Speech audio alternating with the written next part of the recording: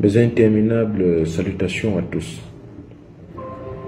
Faisant suite à la publication d'une vidéo scandaleuse sur la page officielle de l'ambassade d'Ukraine au Sénégal, où on a clairement observé, vu et entendu l'ambassadeur ukrainien au Sénégal soutenir ouvertement l'implication de l'Ukraine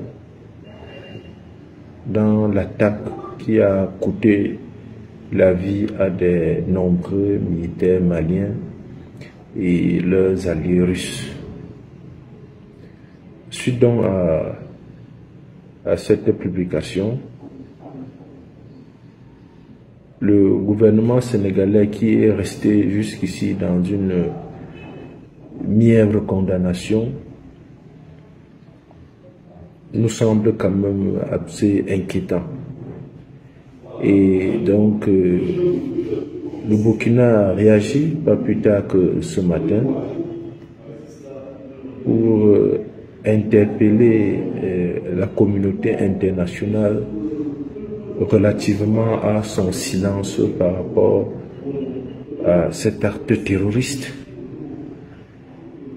Et cette interpellation n'est pas des moindres parce que, voyez-vous, elle pointe du doigt l'implication de cette communauté internationale dans ce terrorisme international, puisque c'est de ça qu'il s'agit.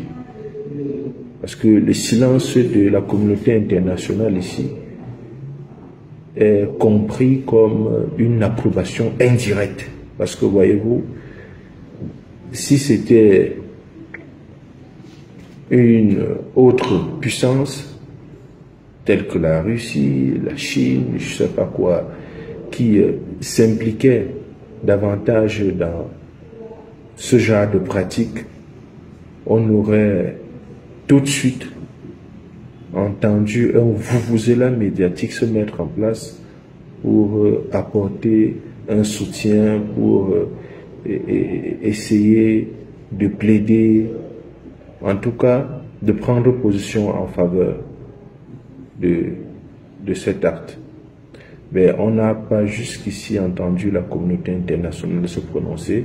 C'est d'ailleurs ce qui a poussé le gouvernement burkinabé a réagi effectivement pour pointer du doigt cette approbation indirecte, je préfère le dire ainsi.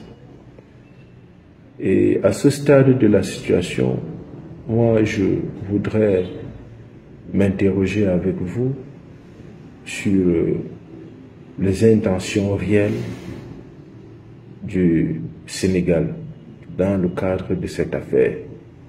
S'il y a un seul pays qui devait réagir de manière énergétique en prenant des mesures fortes, c'est bel et bien le Sénégal.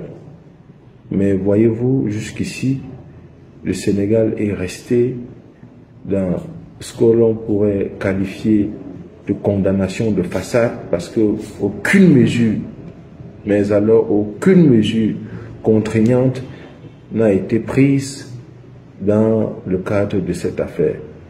Et nous avons pris acte de cela. Nous prenons acte de cela et nous savons dorénavant pour qui roule le Sénégal dans le cadre de cette lutte ou cette quête permanente de la souveraineté de nos États engagés par le Mali, suivi par le Burkina Faso, et dont le Niger est aujourd'hui en train d'embrayer solidement les pas. Nous savons désormais pour qui roulent les nouvelles autorités sénégalaises ou sénégalaises, et on s'en tient à ça, et nous allons continuer à poursuivre le combat et dire que cet acte qui a été posé par ces terroristes soutenus par cette coalition occidentale ne restera pas impuni.